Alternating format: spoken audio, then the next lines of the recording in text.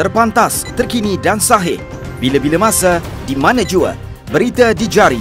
Subscribe YouTube Bulletin TV3. Buletin pagi 17 Oktober bersama saya Asrul Nizam Kadir. Tajuk utama pagi ini. Seorang maut, 10 rakyat Malaysia cedera nahas bas di Turki. Juga polis minta orang ramai beri ruang jalankan siasatan pembunuhan kejam dua beranak.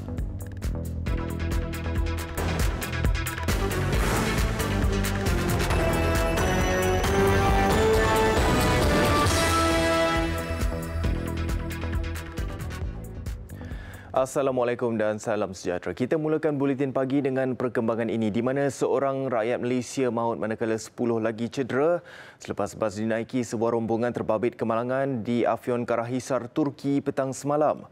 Wisma Putra mengesahkan kemalangan bas dinaiki 35 rakyat Malaysia itu berlaku ketika rombongan terbabit dalam perjalanan dari Pamukkale ke Kapadokia. Mangsa kemalangan dirawat di Hospital Afyon Karahisar yang terletak kira-kira 300 km dari Ankara. Menurut Wisma Putra, Pejabat Perwakilan Malaysia Ankara sedang mengumpulkan maklumat lanjut daripada pihak berkuasa tempatan berhubung kejadian ini dan kenyataan penuh mengenai insiden itu dijangka akan dikeluarkan hari ini.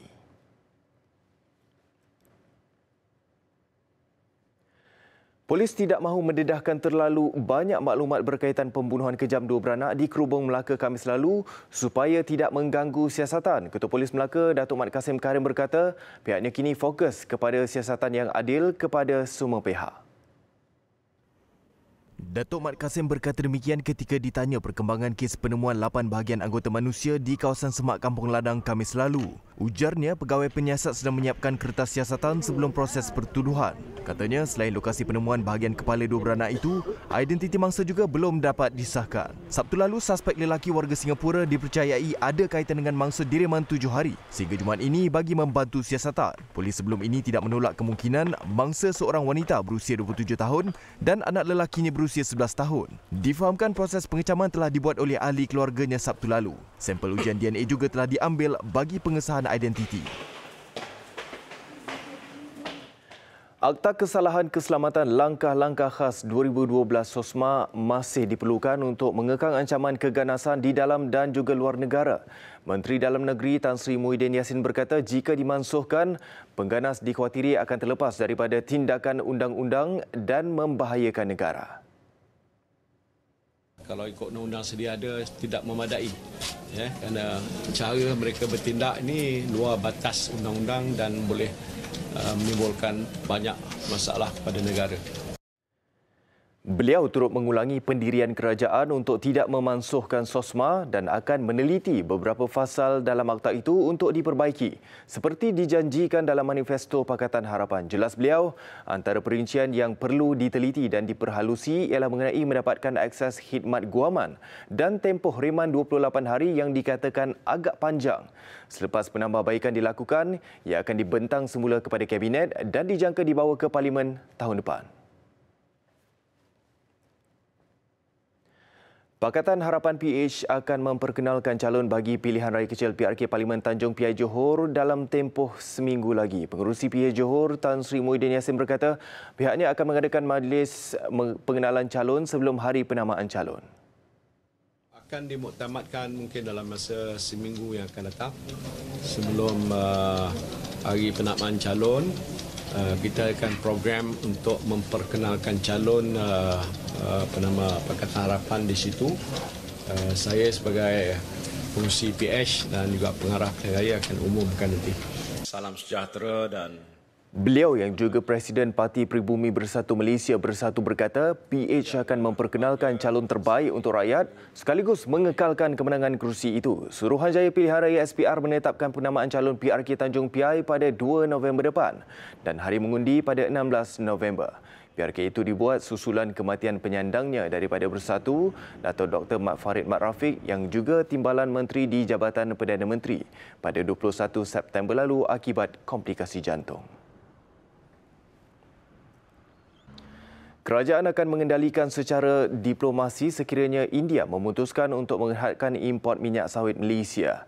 Perdana Menteri Tun Dr. Mahathir Mohamad berkata spekulasi berkenaan sekadar reaksi daripada peniaga dan setakat ini pihak kerajaan belum menerima sebarang kenyataan rasmi daripada kerajaan India berhubung perkara itu.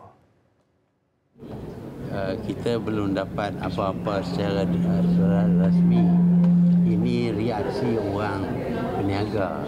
Jadi kita tidak boleh react to their personal decisions. If the government launch a boycott or something like that, then we will have to work diplomatically, perhaps, to reduce kind of action that they have taken. Reuters sebelum ini melaporkan bahawa India menimbang langkah perdagangan punitif terhadap Malaysia susulan kenyataan Tun Dr. Mahathir pada Perhimpunan Agung Pertubuhan Bangsa-Bangsa Bersatu UNGA berhubung konflik Kashmir September lalu. Ekspor minyak sawit Malaysia ke India tahun lalu bernilai $1.65 bilion Amerika, iaitu 18.3% daripada jumlah ekspor Malaysia ke India. Menggalakkan pertumbuhan biru tadi, yang mana semula penghimpunannya akan berada. Perdana Menteri Tun Dr. Mahathir Mohamad menerima kunjungan daripada mangsa tragedi tembakan Rambang di Christchurch, New Zealand di pejabatnya di Perdana Putra Putrajaya semalam. Menerusi catatan di Twitter dan Facebook rasmi Perdana Menteri, mangsa kejadian Rahimi Ahmad dan Muhammad Nazril Hisham Omar hadir bersama keluarga masing-masing. Menurut catatan Perdana Menteri dalam pertemuan itu, kedua-dua mereka berkongsi rasa tidak berdendam selepas kejadian itu. Sebaliknya, bersyukur melihat sokongan yang diberikan rakyat dan kerajaan New Zealand, malah melihat rakyat negara itu menunjukkan minat untuk memahami dan mempelajari berkenaan Islam. Rahimi dan Muhammad Nazril Hisham adalah dua daripada 3 rakyat Malaysia yang cedera ketika insiden tembakan Rambang yang berlaku pada 15 Mac lalu. Seorang lagi mangsa yang cedera ialah Muhammad Tarmizi Shoaib yang turut kehilangan anak lelakinya Muhammad Haziq. Muhammad Haziq adalah antara 50 orang yang terbunuh dalam tembakan Rambang itu yang dilakukan seorang lelaki pengikut ideologi ketuanan bangsa kulit putih di Masjid Al-Nur dan Masjid Linwood di Christchurch.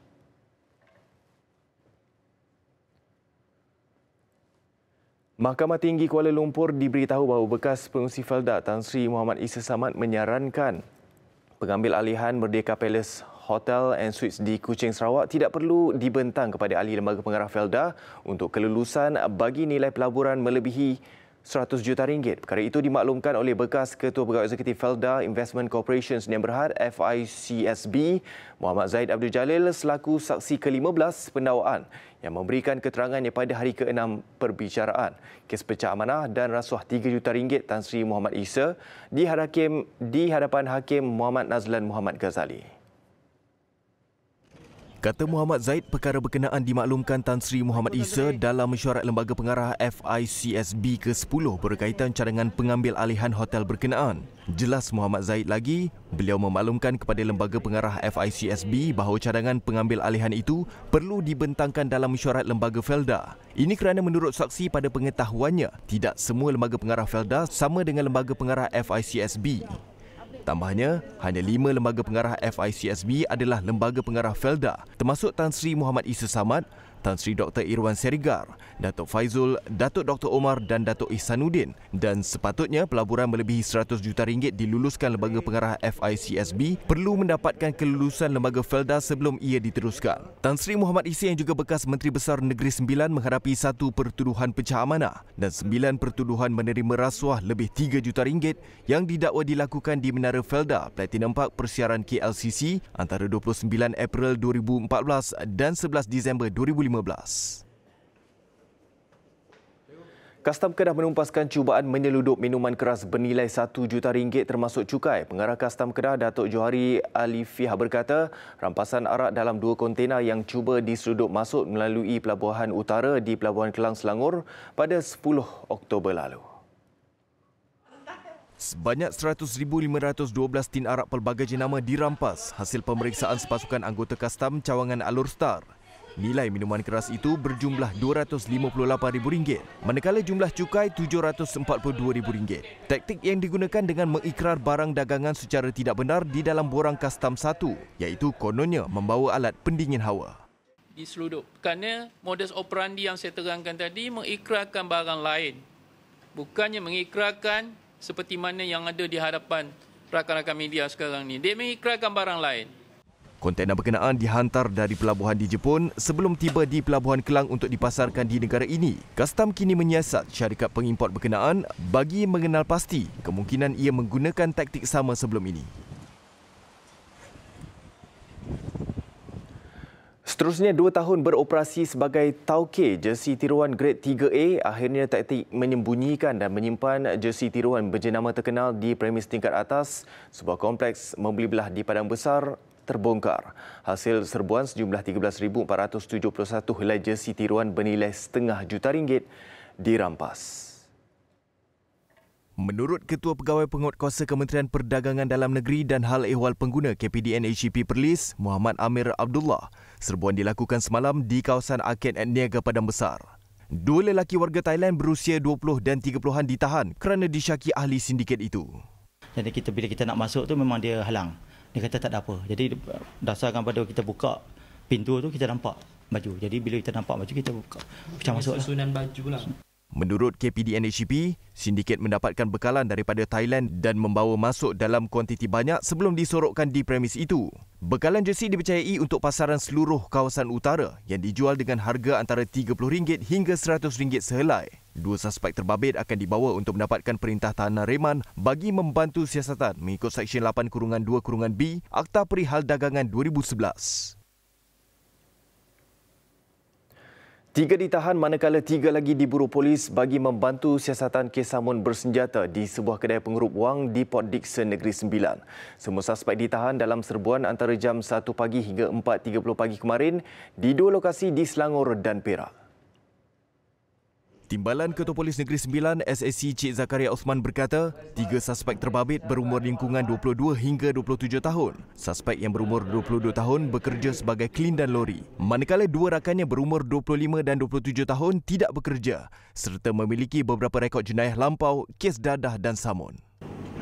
Ketiga-tiga mereka ini telah pun ditahan dan diriman selama 7 hari, mulai 15 hingga 21 untuk siasatan lanjut. Pelbagai barang-barang yang berkait dengan kerjasama ini juga telah dirampas. Polis turut merampas 5 telefon bimbit, 2 kereta jenis Toyota Vios dan Pro 2 Azia yang digunakan suspek, sebilah pisau serta wang tunai RM12,500. Dalam kejadian samun di sebuah pasar raya Isnin lalu menyebabkan pengusaha pengurup wang itu kerugian lebih RM50,000. Polis kini menjejaki 3 lagi suspek yang terlibat dalam kes ini, iaitu R. Kunasegaran yang berumur 31 tahun, J. Danarush 29 dan R. Jivanraj 22 tahun. Orang awam yang mempunyai sebarang maklumat berkaitan suspek diminta melaporkan segera di Balai Polis berdekatan. Raja Permaisuri Agong Tunku Hajah Azizah Aminah Maimunah Iskandariah berkenan merasmikan Festival Kesenian Kebudayaan Kemahiran dan Keusahawanan Pendidikan Khas peringkat Jabatan Pendidikan Wilayah Persekutuan Kuala Lumpur 2019 di Kompleks Kraft di Ibu Negara. Festival yang berlangsung selama 3 hari bermula hari ini adalah platform untuk murid pendidikan khas dan guru mempamerkan keupayaan dan kemampuan sebenar untuk memartabatkan kesenian dan kebudayaan. Baginda dan tetamu yang hadir pada majlis berkenaan dihiburkan dengan persembahan tarian tradisional serta nyanyian oleh pelajar Sekolah Seni Malaysia dan Sekolah Pendidikan Khas Tapak. Tunku Azizah turut berkenan mencemar duli melawat tapak pameran serta tempat pertandingan. Baginda kemudian mengejutkan tetamu pada majlis itu apabila berduet dengan seorang pelajar menyanyikan lagu Bossa Nova.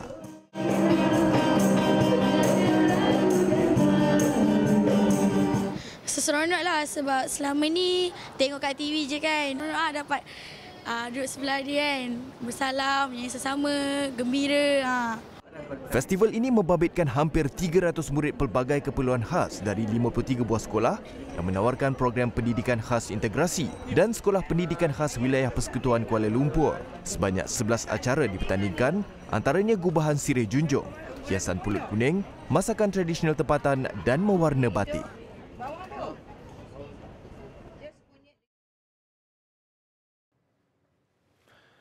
Kelapuran antarabangsa, kerajaan Jepun menyediakan peruntukan sebanyak 6.5 juta dolar Amerika bagi membantu kawasan yang terjejas teruk akibat di badai taufan Hagibis. Perdana Menteri Shinzo Abe berkata, dana itu disalurkan dari simpanan kecemasan berjumlah 4.59 bilion dolar. Menurut Abe lagi, Tokyo juga akan mempercepat pengeluaran subsidi kepada lebih 300 bandar yang dilanda bencana. Setakat ini, lebih 10,000 kediaman masih terjejas akibat gangguan bekalan elektrik, sementara lebih 100,000 kediaman terputus bekalan air. Taufan Hagibis yang melanda Jepun pada Sabtu lalu meragut nyawa kira-kira 74 orang dan puluhan lagi mangsa dilaporkan hilang. Sekurang-kurangnya 3 orang maut termasuk 2 anggota polis manakala 43 lagi cedera ketika sebuah bom truk meletup di timur Afghanistan. Letupan yang berlaku di luar ibu pejabat polis di wilayah Laghman itu turut memusnahkan sebuah sekolah agama yang terletak di kawasan berhampiran. Antara mangsa yang cedera termasuk pelajar sekolah dan 6 anggota polis. Kebanyakan mangsa cedera akibat terkena serpihan kaca. Kumpulan Taliban mengaku bertanggungjawab mendalangi serangan.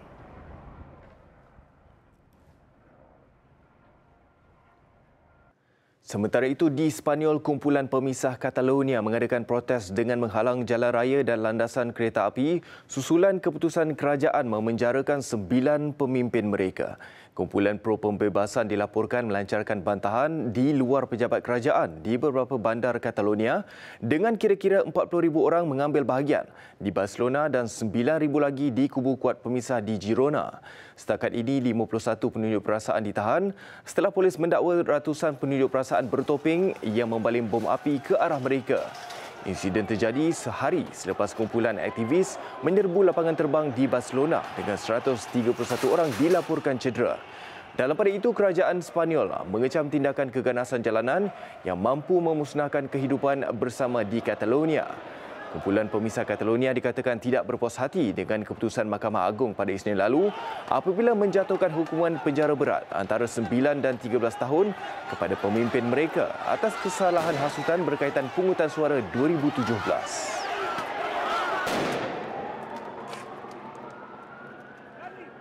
Beralih ke laporan sukan, persiapan skuad futsal negara terus dilipat gandakan sebelum menyertai kejuaraan AFF 2019 minggu hadapan. Satu lagi kemenangan dirakam pasukan bimbingan Chiu Chun Yong apabila mengalahkan New Caledonia 6-1 dalam aksi persahabatan antarabangsa kedua malam tadi.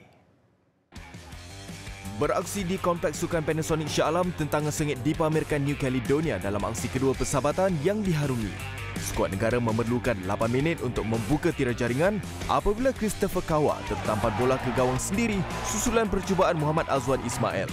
10 minit berselang barulah tuan rumah menggandakan kedudukan selepas Muhammad Awaluddin Manawi menolak masuk bola dari jarak dekat.